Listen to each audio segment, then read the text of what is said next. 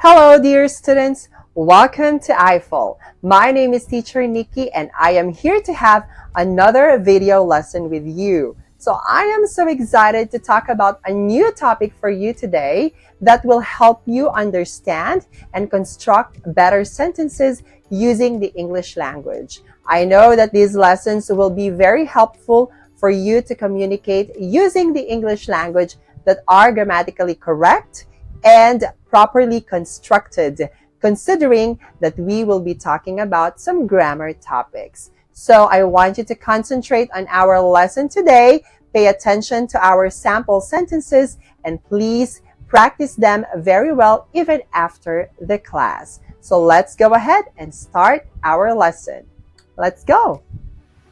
So, for this topic, let's go ahead and talk about the prepositions of time using in, on, and at.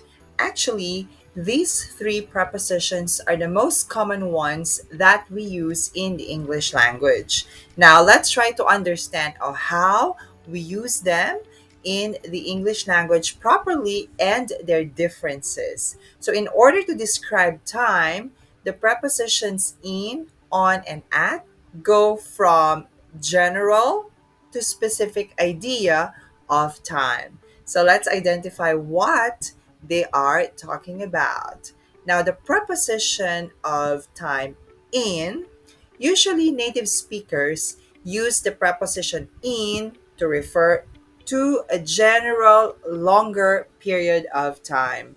So normally, the preposition in, the idea of time with it, okay, is actually longer or in a more general manner.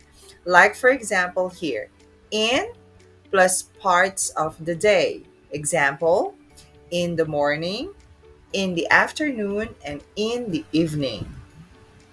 Next one. So we also use in when we use or when we talk about months. So the 12 months actually use the preposition in January, in February, in December. All right? Now, also, we use the preposition in when we talk about the four seasons in spring or in the spring, in summer, in fall or autumn, and in the winter. All right? Now, we also use in when we talk about year or years in 1980, in 1990, in 1968.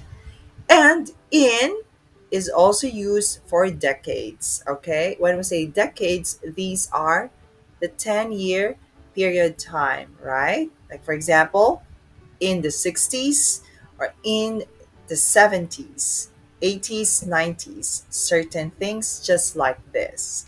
All right?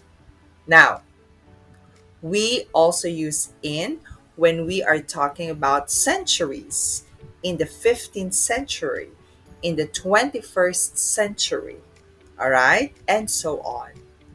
We also use in when we talk about weeks, in a week, in 2 weeks. So these expressions actually pertain to like a future time in a week. So it means 1 week from now to the future. In 2 weeks. Okay, so like for 2 weeks from now and in the future. Okay? Now, we also still have the in plus more period of time. Example, in the past, in the future, in the Middle Ages, in a few months, in a moment, in 3 hours. Now, we also use in when we talk about holidays. So example, in Easter holiday. Okay? So you can see this picture here referring to the summary of our preposition of time using in. So remember, in talks about longer period of time. Okay? Now, moving forward, let's have on. Okay? So, on plus the days of the week. On Monday, Tuesday, Wednesday, Thursday, Friday, Saturday, Sunday, they use on. Okay? Now, we also use on when we talk about dates. So remember, dates has the month and the number, okay, of that date, okay? So, but if it's month plus year, we have to use in, okay? Examples here on April 3rd, on 1st January 2013, on the 10th, on the first day, on the last day, okay? We also use on when we talk about holidays with day, okay? So remember, we use in when we talk about holidays. But in this case, if your holiday has the word day at the end, then we use on. Example, on New Year's Day, on Christmas Day, and on Easter Day, okay? Right. So, next one here is on plus specific days. Okay, more example. On my birthday, on holiday, on my wedding day, on that day. Okay? So, normally with the word day. Okay? Now, on plus day plus part of the day. Okay. Example, on Sunday mornings, on Friday afternoons, on Monday evening. Okay. We also use on for other time expressions. Example, on the weekend, usually for Americans. Okay. This is referred or used by Americans. On weekdays, on time, on a summer evening, on a cold day, on my lunch break. Okay.